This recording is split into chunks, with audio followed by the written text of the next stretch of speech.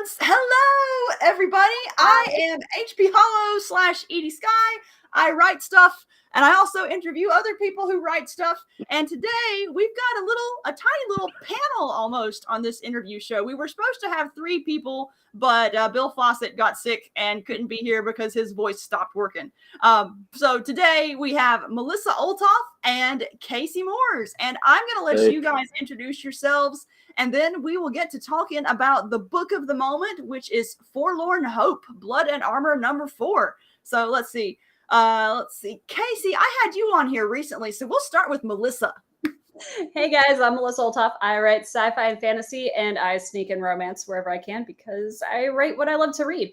Most of my stuff is with Chris Kennedy Publishing, and I was super excited to get to write with Casey because he's my Obi-Wan. So, all right, Casey, your turn. And I'm Casey Moores. I write military sci-fi and science fiction, fantasy, some post-apocalyptic, kind of all over the place. Mostly with the Four Horsemen universe. Obviously, I wrote Bill Fawcett and I wrote books 2 and 3 together of the Blood and Armor series, and then Melissa and I just wrote book 4 together. So yeah, you can look me up on. Well, I'm sure we'll go through the credentials at some point. The where to find these.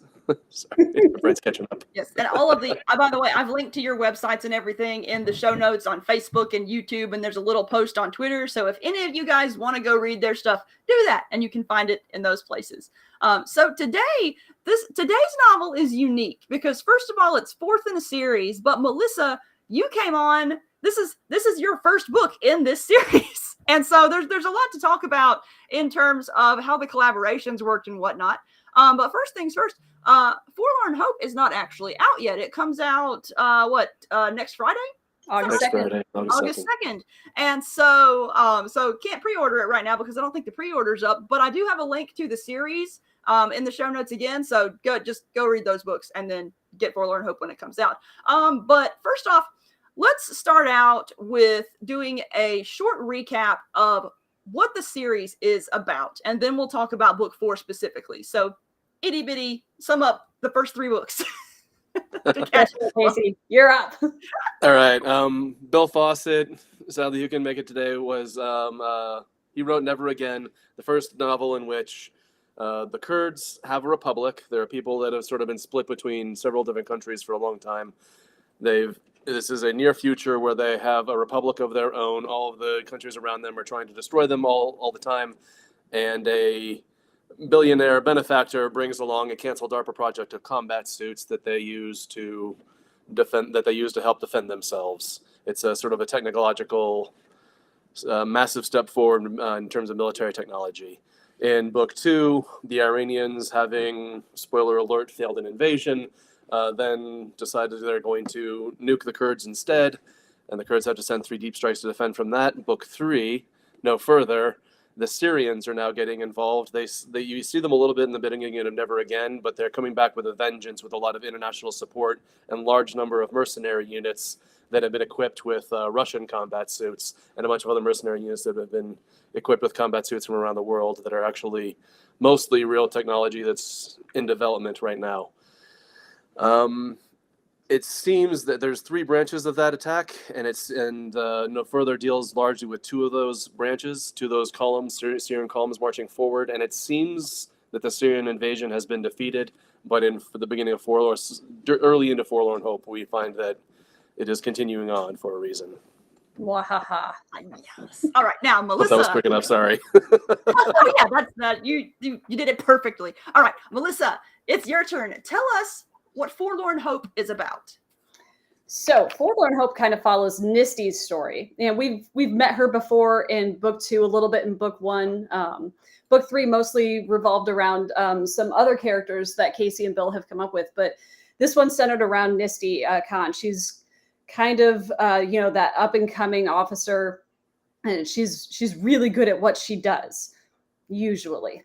So this one centers on basically her figuring out more of the command structure and figuring out how to recover when you make a mistake, and maybe a little bit of romance because I was told to, not because I snuck it in. I was under orders. I swear I was going to behave. But it follows her her journey and how she handles her side of the invasion, and pretty much wraps up that whole invasion series and how they saved the day. Now, is there going to be another one after this one, or is this the last in the series? Well, this is book 4 is the last for a little bit. This is the completion of that the first part of the series, I guess, where it's all entirely defensive in around the borders of the Kurdish Republic itself. The series will continue. Bill Fawcett I sort of misstated this or misspoke this a little while the last time I was with you. He has a very very well developed long-term plan for how this is going to continue. It's just that the major, I guess, turning points are spelled out along the way, and it's those points that we needed to develop a lot better for the novels themselves. But how this is actually going to develop is very well spelled out. Now I'm repeating myself. Sorry. We could potentially have a ton of these novels. Bill, to sum up, Bill Fawcett, because he's an evil genius, he has a plan for the longer continuation of the series. And I think we've actually said this on another podcast. Essentially, this is going to be a recreation of the Mongol Empire in the modern day. As their survival expands and they start eating up some of the countries around them to stop them from being the aggressors, which then makes them a problem for the next country, the next larger country that comes along.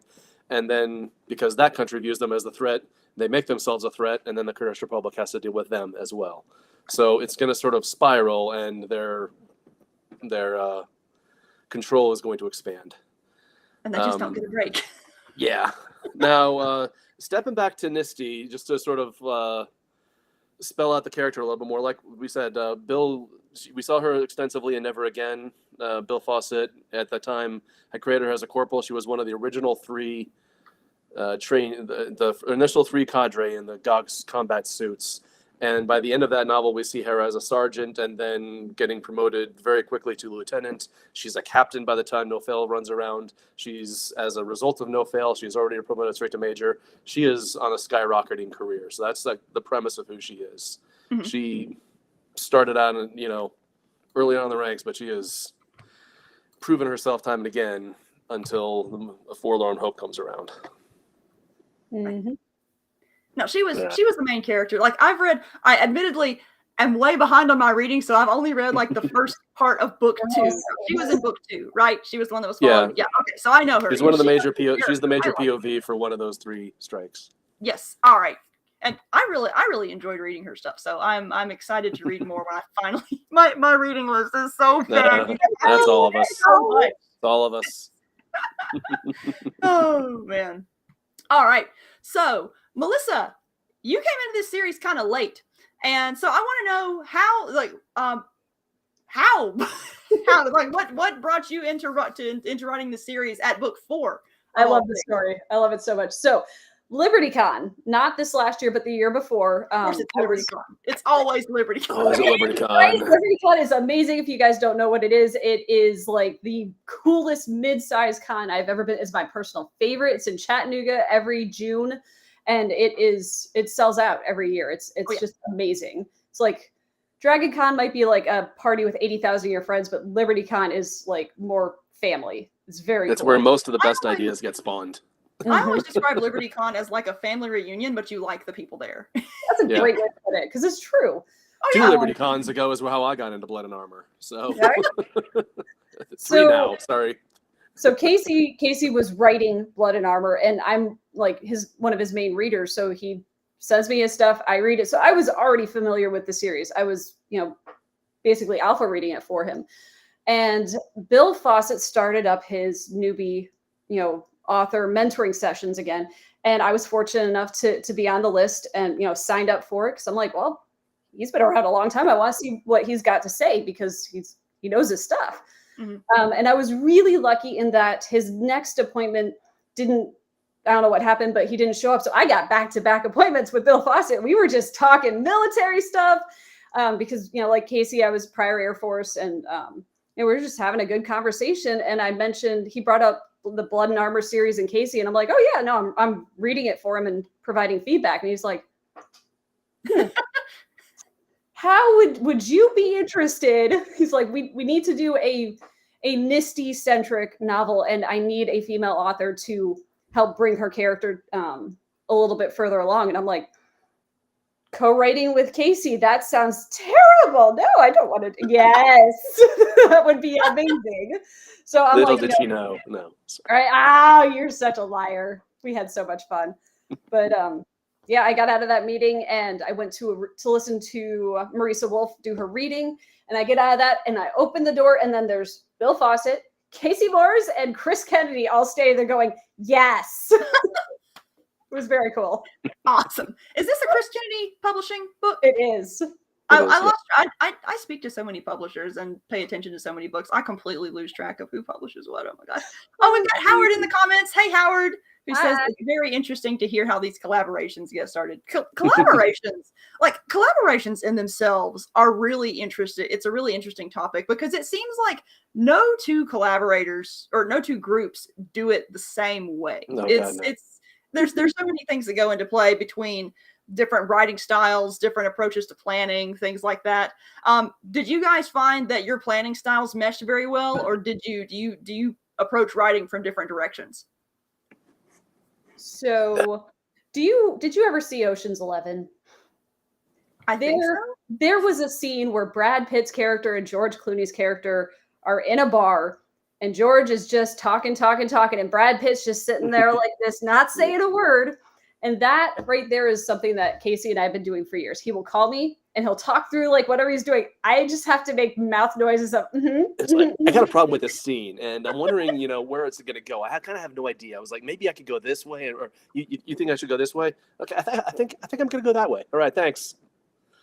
So really, like, we've been doing that together for years. And what's really funny is like I'd gotten so used to like I just listen and not say anything. There have been times where he's like, no, I don't need Brad. I need Melissa. I need you to actually talk now. I'm like, oh, Brad, I was supposed to be listening. I need a real answer here. I'm sorry. I actually am blanking on this one. So I think we really just sprang off of that very much, where he would talk, I would talk, we would bounce ideas off each other. And quite frankly, this is one of the easiest co-writing experiences I've ever had, because we've been doing this almost since the beginning, just not with both of us writing the same project. So yeah, I really had fun. Cool. In terms of the actual writing itself, like did you trade off chapters, or did one of you write the first draft and then the other go add stuff? How did that aspect of it work?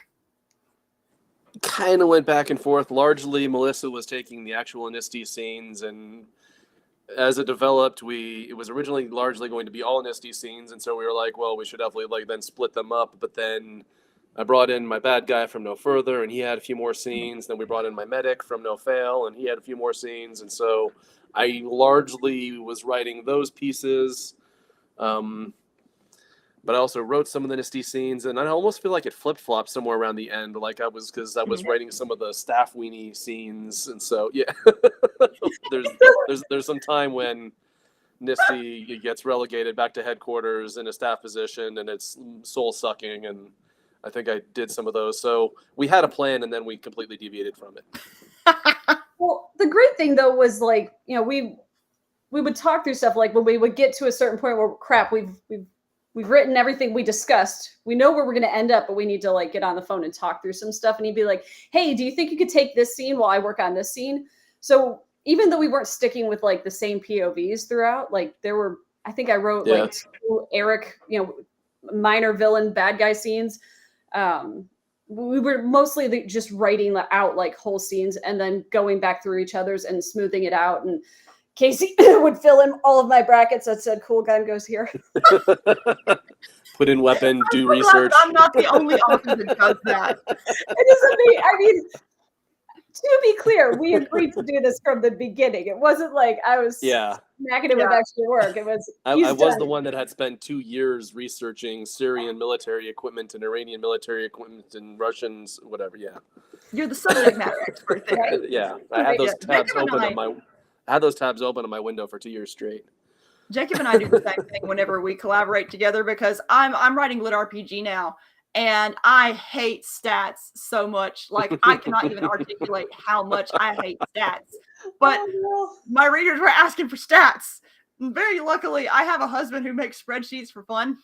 And so whenever I'm writing my lit RPG stuff, I just go, stats go here. That's fill them in. But yes, I love having collaborators like that. One of my favorite things about collaborations is that the work, it gets divided, but you also bring two different skill sets to it. And it's when those two different skill sets begin to complement each other and mesh, that's when the collaboration gets really interesting and really fun. We have a good question in the comments from Howard, who asks, did Bill ever get upset on where you took his character? I guess I'm asking how the co-authors come together on an agreed upon arc. Largely, I'm going to say no. In terms of the characters, at the very least, it's more just a matter of making sure that the story went where his plan needed it to go. So, and every now and then, whenever we started to wander off a little bit, he'd be like, "No, this needs to shift back over this way," and be like, "Yeah, okay." So I don't think there was any problems with that, unless I'm forgetting something, Melissa. I don't know. No.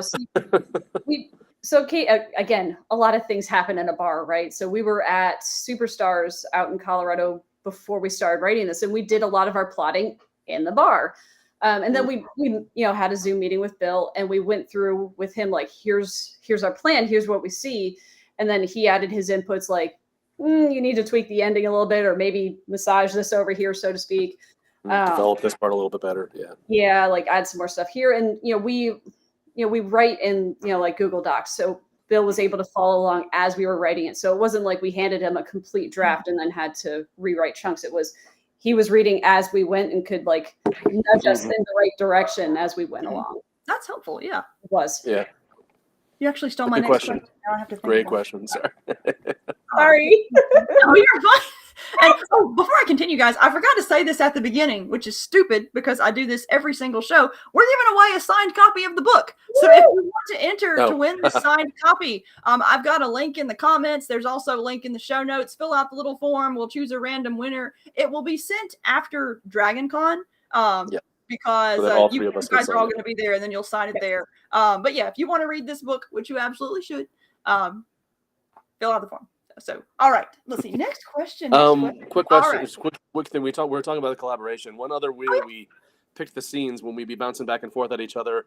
I think it usually boiled down to whoever between the two of us, we got the best sense, had a better feel for that scene. Whoever was envisioning it better was sort of like, if one of us was like, I don't know, like, where are they? And the other one's like, oh, well, they're here, and this is what they're doing. Be like, well, why don't you write that? Because you're seeing in your head right now. So I think that's how we usually resolve those sorts of things. Yeah, and some of it, like, and this applies to, like, any co-writing, I think. It's like, if you or your partner really wants to write that particular scene, dude, all you, go for it. Because sometimes certain scenes are more important to a particular author than others. And it's like, go forth, conquer. I can't wait to read it. Yeah. Okay. Now we're going to talk about the power armor, because I freaking love power armor. Always. And we got a good new one in this one. Yes. Yes, we got all kinds. In your last interview, Casey, so we don't necessarily need to retread everything that was said before. But you say we do have a new power armor in this one. So let's hear about it. It is the Magog, the Major Armament General Ordnance Garment. Major Armament General Ordnance Garment. So, Gog. So now we had the Gogs, and now we have the Magogs. If you want to look those up on the internets, see what you find. So, the Major Armament Gog, the Magog, is essentially the ones that are carrying around the heavy weapons that I'm pretty sure, at least I, reading Never Again as a fan, was like, it'd be so cool if they were carrying one of these. And now we have Gogs that are carrying one of those. We've got the Gogs with the javelins. We've got the Gogs with the... they're not carrying Stingers. They're actually carrying Russian Strela missiles, but anti-air missiles. I think one of them's got a 20-millimeter autocannon. One of them's got a medium machine gun. I'm forgetting. A mortar. We got a mortar Magog. I might be missing one. They're bigger. They're bigger, awesome. heavier, a little bit bulkier. They got a little bit, and they also have. They basically have like a carrier Gog that follows them around, like a loader Gog that follows them around. So it's sort of like they can operate on their own, but they got a little battle buddy. Yeah. So. The battle buddies. Like I'm picturing this as like a Warhammer 40K mini, and you've got like the big one, the bulky one, the big old gun, Yes. and the little one carrying behind it with like a big old sack of along behind it. I know it doesn't ammunition. toddle, but that's not. Yeah, and then we're still talking about the small ones. So Are 7 big, feet but next tall. to the big dogs, they live small. So All right, yeah. so in terms of riding the power armor, like you've said before that this technology already exists in some form. Maybe not as developed as it is Most in of this the setting, pieces. but Yeah. how do you balance, like where do you just how do you balance riding this kind of technology? How do you decide like how ridiculous you want to make it in this setting? I mean, ridiculous is the wrong word because this is more of a realistic setting. Yeah. But how do you decide how far to push this technology in this kind of book? I think you half backpedaling from ridiculous is actually kind of the answer, in that it's a near future military science fiction. We're trying to make as realistic and plausible as possible, and so that's really where the line is. We have to. We couldn't just write Iron Man. Right. You know, we can't just have nanotechnology creating those big armor things. We don't have Gundam suits. We have to have things that are. Most of it is off-the-shelf technologies. The places that we stretched are the battery power of the GOG suits and the railguns. Those are the places that Bill Fawcett specifically was like, I'm just going to take a leap on these two. But it's also at least 10 years in the future or more. It's set in years 9 and then 10 of the Kurdish Republic, which obviously doesn't exist yet. So, you know, far enough in the future. But that to sum up what you're asking, we're trying to base it in reality and just make it like the next major step forward in battlefield military technology. Mm-hmm. That was actually really the fun part of it, though, was limiting it, like Always. not letting it be like. Richie says, "Love me some power armor." You were speaking to the right audience. Yeah. Were there any things while you were writing where you wrote them down and said, "Oh, okay, this gun is too ridiculous. Like, I know we're trying to push the limits here, but did you ever have to walk it back because it was too ridiculous? Or did you just kind of naturally feel it out?" So, can I answer? Go. It looks like there's a great story here. I can just see it on your face. Me. Me! I got something.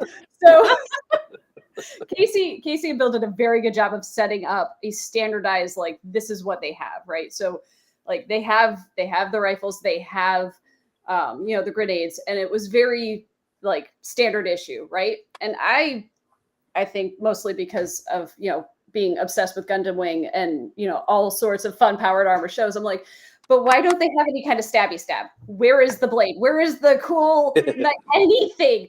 So I gave them some tactically acquired off the battlefield type things that you might find from a crashed helicopter, for instance. Mm-hmm. And then I'd like to say I added in what I hope is a somewhat hilarious reason as to why they didn't have them in the first place. Yes. You have to read Forlorn Hope to know what I'm talking about. I'm absolutely I'm gonna pick up all these books and just plow through them in one weekend. Like, I'm just gonna write it on my schedule because we've gotten a lot of feedback. We've gotten a lot of feedback that several people have done that. One of those things, like, I just took 2 years writing these books, and they're like, I read them all in weekend. Yeah. Where's the next one? Oh, that's one of the most complicated things as an author, because it's like yeah, because you spend all this time on the book, and on one end, it's a really huge compliment to hear readers say that, but on the other end, you're like, that was 2 years of work. Oh my god, I just got that. I have complicated feelings about it. I ultimately love it though. Like, it's so fun. Cool. All right, we got Howard is coming up with the good questions this time around. I like that question. And so I'm going to turn this into 2 questions. So Howard asks, or says, both Casey and Melissa have a military background. His question is, can non-military types write great military sci-fi? I want to precede that, though, by asking, first off, what branches of the military were you guys in, or are you guys in? And what kind of influence did that have on the book? Because obviously it's military sci-fi. There's going to be some influence. But were there any particular experiences you had that directly contributed to the structuring of the book or the story in the book? Well, we're both Air Force. I was a pilot. Melissa, you were air traffic control. Yeah. Close enough. Did you? Yeah. Sorry. Go ahead, Airfield. Melissa. What did you do? Sorry. So I was medically disqualified from UPC, which is actually how I met Casey. We were stationed at Moody together. And then I was very fortunate to get placed in airfield operations, which meant air traffic control, airfield management, and, the airfield. So, I'm going to say, as it affected, well, and so that's kind of the thing. Like, yes, we were both military, but neither of us was frontline grunt or anything like that. Mhm. I got shot at a few times, and that kind of made me mad. But beyond that, it's not like, wasn't really actively involved in combat ever. So, and I mean, the bottom line, we get this question a lot, specifically really around LibertyCon. This is one of those common questions as to non-military, non-veterans writing military science fiction. Some of the better military science fiction writers were never in the military. David Weber. Yeah. Mhm. Is the first one that pops to mind, and I know there's a lot more examples of that. So a lot of the people that ride in the Four Horsemen were not veteran, were not military, and they, the creator of the universe, the Four Horsemen universe, Mark Wandry, not a veteran, but created a wonderful military science fiction universe. And I think ultimately it comes down to research. I mean, let's be real. With enough research, you can fake your knowledge of anything. And the thing is, one thing, I'm not military at all. Like I'm such a weenie. I would be a threat to national security in the military. Like you don't want me there.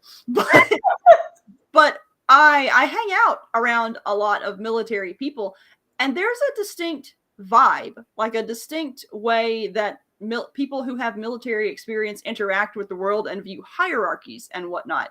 And if you write military sci-fi or write military stories and try to fake it, there's so many little nuances that civilians don't know about, that military readers with military experience or writers with military experience will absolutely pick up on. And that's one of the things that fascinates me about military sci-fi, because it provides this window into this world that I know nothing about. And that's pretty cool. But I think, obviously neither of us have ever had the chance to play around with powered armor. The best equivalent I saw was, I think it was episode 2 of Fallout on when Maximus has the powered armor. I'm like, oh my God, it's a dog, right? But you're right. Like having that military customs and courtesies engraved in how we interact and how we write our characters definitely helps. But David Weber is one where he talked with people who served.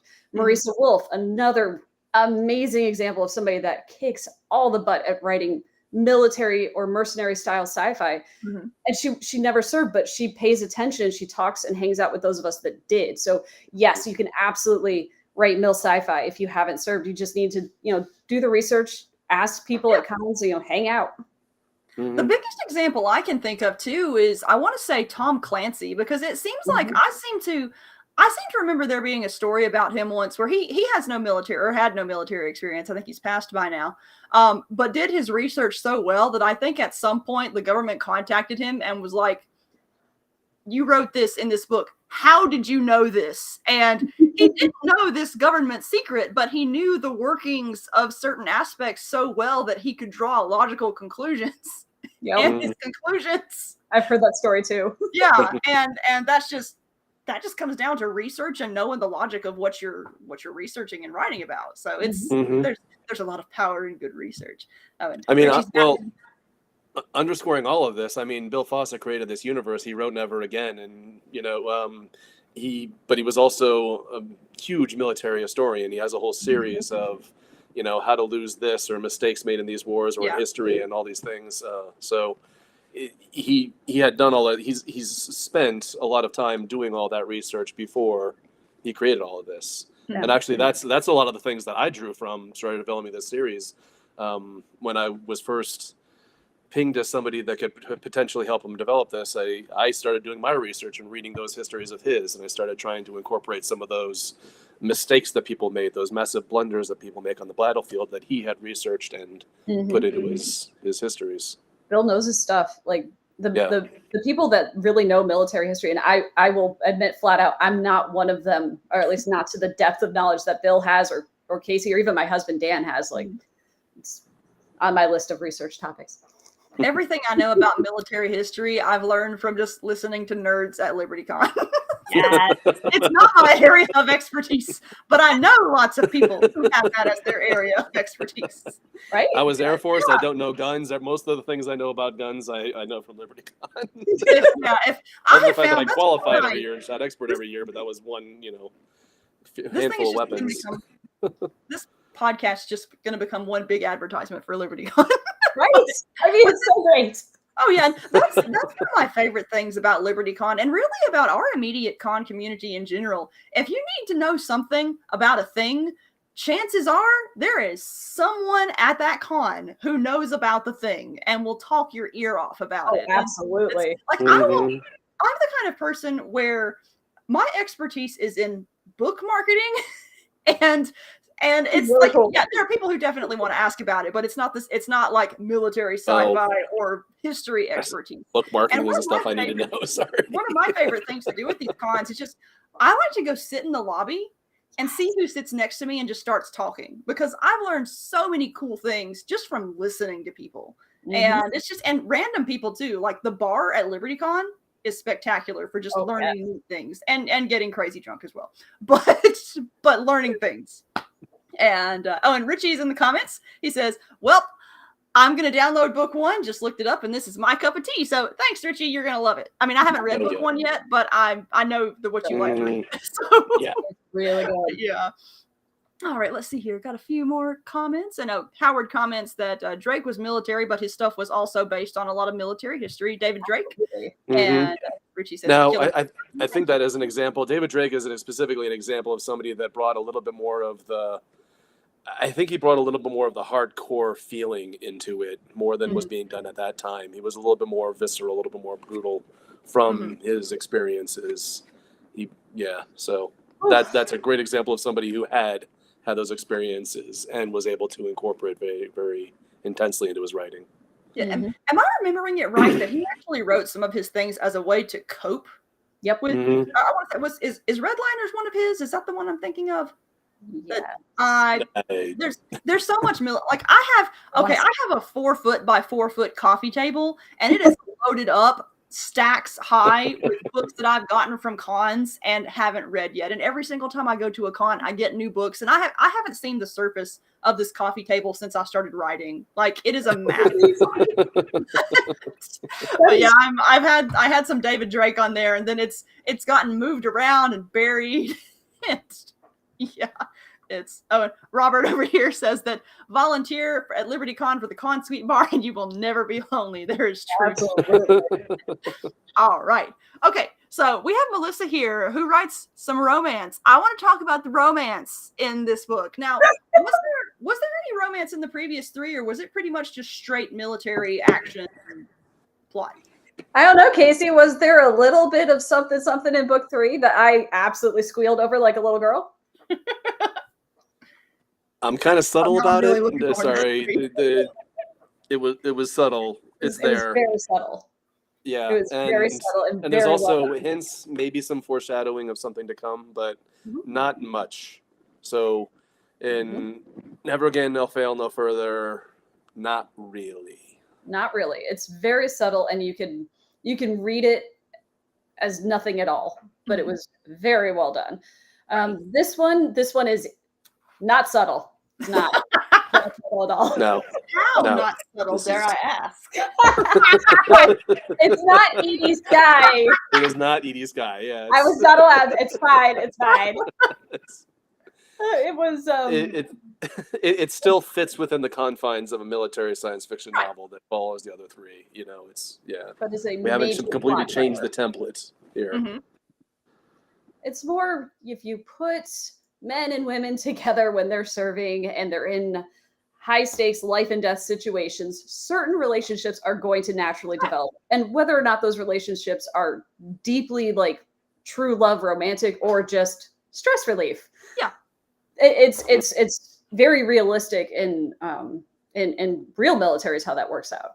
So while I would say it's very central to the plot and it's very much drives the plot, it still fits with the rest of the series. Cool. Nice. I regret nothing, by the way. I think. I have to ask, is that an Eldritch Horror in the background? Huh? A I what? see like the Eldritch Horror. I thought like I see like the tails winging. That is my cat. I'm gonna bring him in so he can say hi. So basically an Eldritch Horror, as far as I'm concerned. Okay. Oh, hello, Dazzle. Oh god. He's trying his present thing. Hey Dazzle, you came in here, now you have to say hi to everybody. Oh, orange boy. Baby's so I saw the wiggly. tail wandering up in the background. It was sort of like there you intercursive. Hi, Dazzle. Dazzle is not as camera friendly as Nova was. And he also hold it. I gotta let him out of the room. Oh, he figured it out. Doors bewilder him. Like, he's very orange in that he has one brain cell most of the time, and he knows how to close doors, but he hasn't quite figured out that he can put his face in the little space and nudge it open again. And so doors are his thing. He's very offended by being on the wrong side of doors. I made the mistake of, well, not really a mistake because I like having him out there. We've been letting him outside with me when I write now. I've got a little harness on him and a little leash that I keep him on. And it's fun when he's outside, but now that he's had a taste of outside, he gets really offended by the fact that he is not outside at all times. And so if I go toward any door that leads outside, he thinks he's going outside and he'll run and scream at it and claw at it. And it's just this whole thing. Oh my gosh, it's chaos. And I brought it on myself, but yeah. So anyway, I think he's off causing mischief elsewhere now. I've got two puppies, and one of them is just like that. Doors frighten and confound him, and he'll sort of like paw at them, even if there's that much open, and he couldn't easily just sort of like, even if he could fit through it, and he's just not entirely sure, he'll just sit there and paw at it a little bit, passive aggressively. And then we also have another one. There's a little puppy, and she's Scrappy Doo, and she's the one that can like pull on the handle and. I got through. I can't tell if I like the smart ones more or less because they're smart, which is useful, but also the trouble they can get into is frightening. I guess I'm kind of blessed that Dazzle is a complete dumbass because he is a complete dumbass, but he's lovable, so he has that going in his favor. All right, let's see here. I have more questions. I think. Hold on. I've been moving papers around. All right. Okay. So I want to know, since this is a book about power armor, I want to know, what are your favorite power armor pieces of fiction or media, or because I know we've talked about Fallout, which, oh my gosh, I love the power armor in Fallout. It's like every time I see it on the screen, I just want to get inside it and just stomp around. Like, I don't have a practical need for power armor in my life, but I would just like wear it to the grocery store just to be all looking cool. I mean, it could be useful for lifting grocery bags. Not gonna lie to you. You could carry so many at once. But so, favorite power armor fiction. I have always been a Gundam girl, so I love the giant stabby robots and the fact that they just look so cool. But like, as far as like powered armor on a smaller, like, person size scale, I always thought Starship Troopers, the book, not the movie, the way that he described the powered armor was so cool. It blew my like 11-year-old brain. I'm like, oh, this is so cool. I think it was the first time I'd ever read about powered armor, so that was a good one. So I grew up watching Robotech, and then I became a BattleTech nerd, and it didn't bother me at all that they straight up copied some of the original BattleTech, or the BattleTech copied some of the original Robotech designs. I didn't care. And I love BattleTech, but those are big, giant, armored mecha, not really powered armor or combat suits. But then they developed the Elementals, which were cool, and, it's this huge guy, but they're in these suits, and they can take on mechs by themselves. Well, not by themselves, but with their, teams and all that stuff. So Elementals from BattleTech, love those.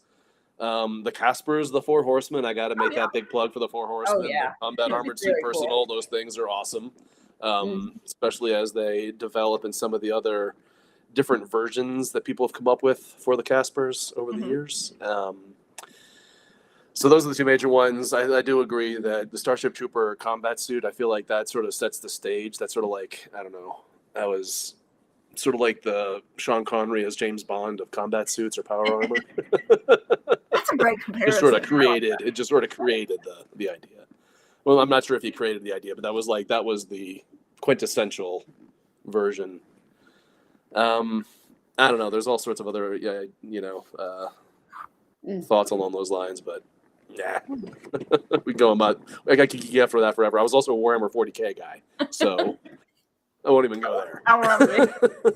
Power armor is so cool. Howard says you can always use some power armor. Always. I could have use for it. Like, More I say I power. don't have immediate practical uses, but if a suit of power armor like fell into my backyard, I would find uses for it. Like even boring uses. And we got Robert says Lensman, the OG power armor. I have actually not seen Lensman. I need to add that to my list. There's so many things I haven't watched. There's so much media and so little time. Oh. So live action, not animated, the best power armor I think I've seen was on The Expanse. The Martian's power armor was really cool. Yeah. Speaking of things I haven't watched yet. Oh, I'm so behind you guys. Cool. It's a fun show. I actually still haven't watched the last 2 episodes. I've watched the last 2 seasons. That's fine. I'm proud of myself for actually catching up on Bridgerton in the same year that the most recent season released. It's an accomplishment for me. I'm like a month or 2 late, but still, that's as close as I've ever been. I just finished that one. I was very proud of myself for finishing all 3 seasons. All right. Let's see here. We've actually made it to the end of my list of questions about the book itself. So before we continue on to some other stuff, is there anything else you'd like to say about the book? Any cool minor characters you enjoyed writing, or any interesting challenges that it presented?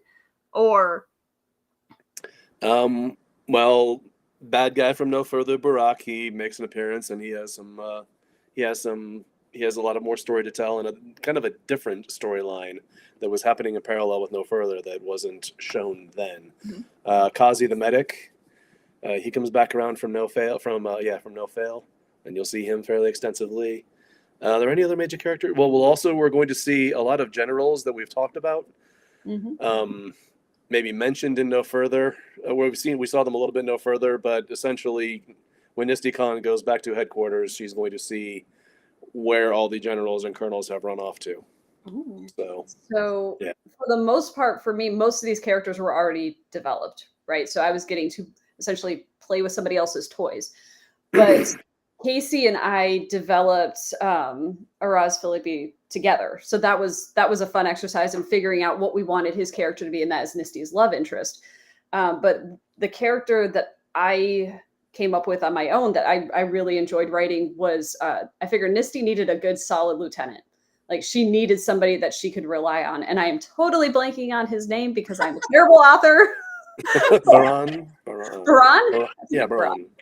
So, and this was another thing that I left in brackets a lot of times, like, was just proper names. Need Kurdish name. Yeah, it would be like Kurdish name. That was another tab that I had open on my computer for 2 years. He did. He saved my bacon. So Bill had a list of them, and he gave them to me, and then I promptly had to come up with more of my own, and it was. Yeah, that actually leads me lots of names in a totally different country. That actually leads me to another question. Like, how much of this series, like, we know it was well planned. We know that Bill has a plan for it. How much how much was left up to you? Like, how much did you have to invent on your own that wasn't in Bill's outlining? Quite a bit, to be honest. He had like the major plot points, and then he gave us the freedom to explore. And I mean, even in some cases, I'm pretty sure we know that he had something in mind. But if we wandered and it still fit the major plot point, he'd let us develop in that direction. So, I mean, this entire book, actually, other than the fact it was a Nisty book, No Further was going to conclude when we originally mapped it out together, when Bill and I originally mapped it out together, but when we then added a Nisty book and decided how it was going to intertwine with this, suddenly this entire part, the entire part of Forlorn Hope wasn't actually going to be written until we were developing a Nisty book. So, that major plot point split into 2 different novels. So essentially, he gave us a roadmap. And we got to help develop. But as far as like how we got to those different points, he let us play, and it was really cool. That's that is how I prefer to write novels. That's how I have the most fun, because Jacob does a lot of my outlining, and we do really well. We discuss how things are going to happen, but then he'll do really skeletal outlines and specifically leaves room for me to fill in the blanks as I please, and it makes for so much fun. Mhm. And especially for someone who I used to be a discovery writer until I realized that made my novels take too long to write, and so having those really skeletal outlines was a nice little compromise. All right.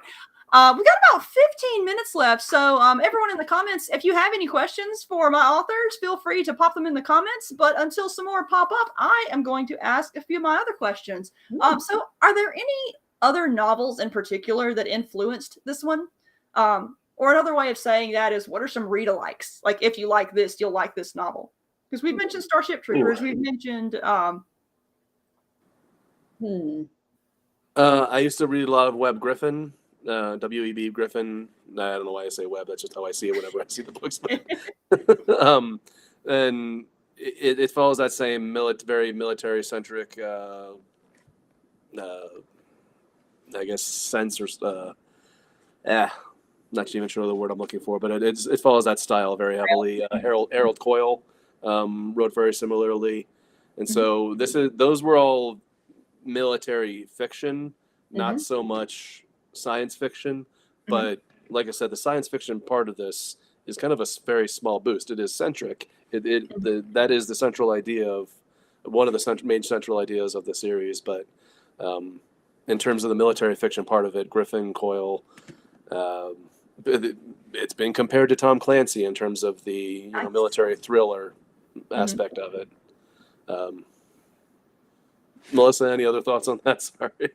Oh, so for me, this was me like stretching my author wings a little bit, because military thrillers was a new genre for me. So part of my research was literally just reading the first 3 books again as a reader, instead of like as a looking for typos and stuff. So honestly, like, I'm just going to go with what Casey said, because most of my experience as a reader has been more like Four Horsemen universe, like Richard Fox's Ember Wars, which I love that series. In fact, I was really excited when I realized he's written more books in it that I have not read yet. So that's such a great feeling when that happens. Like, oh man, I haven't looked back in a couple of years, and I went on Amazon. I'm like, whoo, he wrote more. I have this absurd habit when I read of, if I really, really like a series, I will read every book in it but the last book, because I don't want the series to end. And sometimes it happens accidentally, like I'm busy and I just read other stuff and forget. But I've noticed over the years, there are lots of series that I love enough that I haven't read the last book. So I love it when other books come out, because then it gives me a replacement last book. Oh, good. I could be like that with TV shows sometime. I let them stack up, and so that yeah. Well, and I feel like it was also a lot easier before ebooks to keep track of what series, like you had a whole list that you would take to Barnes and Noble or what have you, and look to see if the next one was out. And they'd always have like books 2 and 3, but not 4, and then and then they'd have 5 and 6. Yeah. The struggle is real. Oh, ebooks have made my book pop back in the Stone Ages. I'm so prone to just seeing that something is 99 cents and downloading it. Like, I've got so many books that I've solely downloaded just because they're 99 cents and have a neat cover. And I tell myself, you know what? One day I'm going to have so much time to read these things, and I'll catch up on them then. And then I laugh. It's a lie. Still looking for that pocket dimension. Yep.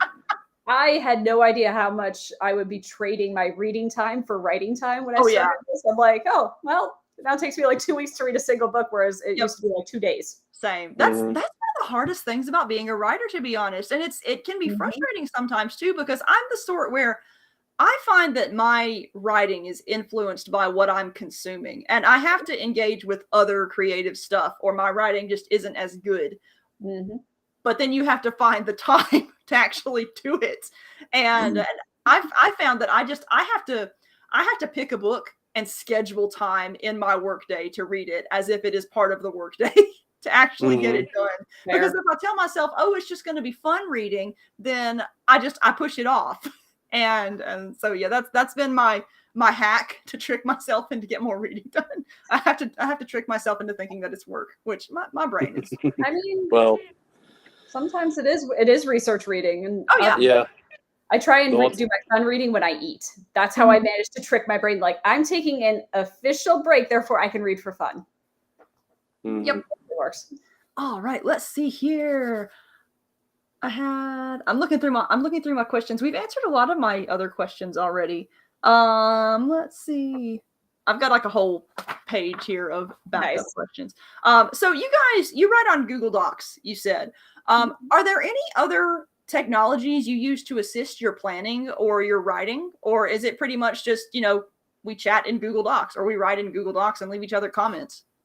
Do you dictate at all? Is there any other stuff like that? Oh, Casey's got something for us. My brain is I have not all these notebooks and that's like the ones that are in my backpack right now.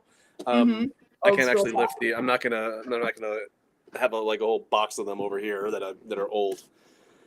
That's my technology. Like a good notebook though. Like I carry around tons too. Like it's a tactile thing for me. Right? Yeah. I use all sorts of technologies when I write too, but there's nothing like just putting pen to paper, and I love it. All right. Yeah. Well, we are beginning so to not really. I don't use any outlining software or anything, if that's what you're asking. Oh, yeah. I always find it interesting to see how different authors interact with their writing, because I know so many authors who they dictate their novels as they're doing their morning walk. And I admire people who can do that, because I can't. I'm very much the squirrel brain type, where I'm looking around at everything, and if I dictated, it would be a disaster while I walked in the morning. But a lot of authors that I know manage to get a ridiculous number of words done in a day from that, and it's really cool to me. And there's so many different types of technology you can use to assist your writing and make it more efficient these days. And but I still like pen and paper. Like I type now so that I can write faster, but I hate it because I enjoy pen and paper more. But that could actually be a whole panel in and of itself. But anyway, like I said, we're getting to the top of the hour, so we're going to start wrapping things up. Where are you guys going to be? You doing any signings, any cons? Where are you going to be in the next few months? So I will be at Dragon Con, fingers crossed, because my husband's schedule is always up in the air, but so far so good. And I will be at Deep South Con in Helen, Georgia in October, during Oktoberfest. I'm not sad about this at all. That's going to be a fun weekend. I hate you. You're ahead of me. Very proud of you. Sorry. That's awesome. How about you, Casey? I'm going to be at Moriarty Minicon in Moriarty, New Mexico, the town just on the other side of the Sandias from Albuquerque, on the 3rd of August. That'll be a one day. Got high hopes. I don't know, but we'll see how that goes. A few weeks later, I'm going to be at Bubonicon here in Albuquerque. Our primary science fiction fantasy centric convention. George R.R. Martin, S.M. Sterling are always there, and I got half the table. I'm sharing it with A.J. Alexander this year, somewhat randomly assigned, but seems awesome. I guess I'll meet her there, and it sounds like we're gonna have a great time. So I'll be at Bonicon that weekend, and then the next weekend we'll be at Dragon Con. We will have a table at the Gather selling the Blood and Armor series. Nice. And I got some panels scheduled. After that, it's going to slow down a little bit until January. In general, over the course of the year, I'm trying to expand my Albuquerque conventions more. So it's Moriarty Minicon, Bubonicon. I do Albuquerque Comic Con every year. I think next year I'll try to do Duke City Comic Con. Beyond that, my out-of-state conventions are really just Liberty Con and Dragon Con. I want to get back to Fantasy. They're taking next year off. Maybe when they bring that back, I'll be ready to start getting back out there. I always think of Fantasy as like a diet Liberty Con because it's smaller, but it's a lot of the same people come, and so you have a similar vibe, and it's smaller than Liberty Con right now, but there's not an attendance limit, and so it has the potential to get a lot bigger, and so that's those are two that I always try to make it to, and actually won't be at Liberty Con next year because we have an actual family reunion the same weekend, and so but I love my family, fortunately, so it's going to be fun either way. But yeah, your con seasons are still much busier than mine. I have exactly one for the rest of the year, and I'm going to be a guest of honor at Pecan in North Texas. So first time guest of honor. I have no idea. So fun. But yeah, they've been really cool. And Jacob is another guest of honor, and there are a few others as well. But it's going to be a fun time. It's another itty bitty con. But I like itty bitty cons. You get to hang out with people more there. Yeah. So Forlorn Hope comes out next Friday, August 2nd. I don't know how dates work. I just kind of don't do time math for reasons. Yeah. No. So yeah. That was stipulation in Forlorn Hope was that I did the time math. Except for at one point he made me do the time math. I'm like, this should show how much I love you because I did time math for you. Time math is hard. Well, I mean, all math is hard for me. Like literally, the only math. Sorry. The only math I can do, you guys, is book marketing math. Like it's really stupid. Like I'm an intelligent person, but tips throw me off. But at the same time, I can look at Facebook ad stats and not even look at the ad itself and tell you whether it's a good ad or not. Like it's stupid, but it's awesome. My career. But yeah. So do you guys have any other books coming out around this time that you want to pitch? Because we know Forlorn Hope. Everybody in the comments, mark your calendars, go buy it on August 2nd. But I know you guys have other stuff coming out. So let's hear about it. So we actually both of us just had a release yesterday in Casey Ezel's Ashes of Entesia. Yes. Space opera series. It's the first anthology, so you could read it as a standalone, or even better, you could read the first 3 books that Casey wrote and then brought in Chris Kennedy to co-write with her on books 2 and 3. Casey's story in that one is one of, I think, the best he's ever written. It was fantastic. Outside of that, I have my first urban. Yours was pretty awesome. I've got an urban fantasy romance coming out in September with the Hit World Valkyries with Marisa Wolf. Oh, nice! That series. And that just released too, like last week, didn't it? Yes. So I'm gonna have Marisa on the show next week for that. Or I will be in the comments, girl. Yes. Because that book is so good, and mine will come out next, and I'm really proud of that one too. So. Enemies to lovers, yes. Sold already. Which is definitely not something that happens in Forlorn Hope either. Sorry. No. Enemies. Exactly. Not enemies. You guys are making me read this book faster. Oh no, I'm so sad. Anything coming out for you other than you got the one anthology?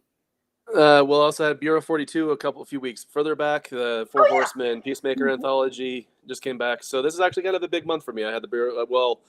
No Further came, No Fail, No Further. We released all these rapid fire. Never Again, No Fail, No Further. And then I had a short story in Bureau 42. Got a short story in Remnants of Empire. We got Forlorn Hope. Forlorn Hope is kind of like the culminating point for the year, I think, for me in terms of publications. Nice. I have a whole lot of other short stories that are sort of floating out there in the wind on some sort of timelines that they will find themselves at some point. But I want to say I've got a half a dozen short stories floating out there in the ether that will eventually come out to the audiences, but to the readers. But in the meantime, I'm starting a collaboration series with Jamie Ibsen. We wrote Unshackled together, and we wrote in the background of that the fictional Buff Orpington movie series. Oh my gosh, yes! For a whole lot of fun. So and now we're trying to develop that as an actual series. Mm-hmm. It's actually going to be, I think, emotionally on that same level as Unshackled in terms of hilarity versus seriousness. So, I'm sold on that see one how too. See how that goes for us. You're absolutely that's the major thing I'm working on right now. I'm also potentially going to be a part of a major project, but I'll speak more about that when that's a real thing. The secret ones. We love secrets. So, yeah. And then, so the rest of the year, I don't have any actual, depending on how quickly Jamie and I knock our novels out, I'm not sure if I'm going to be releasing any more novels this year. We'll see. Mm-hmm. I'm doing my best. You're having a full year. You deserve to take a full break. You've had a few come out already, man. You gotta sleep. Yeah. Eventually. All right. Well, thank you guys for coming on the show with me. This has been a super fun time. And everybody in the comments, thanks for hanging out too. I have put the series link and the contest link in the comments. So before you head off, go ahead and make sure you click those and go sign up for stuff and buy all the books and buy all of the books that they've ever written because they are super great. But again, thank you guys, and we will have you on again for some other book. Yes. Yes. Anytime. Thank you for having us.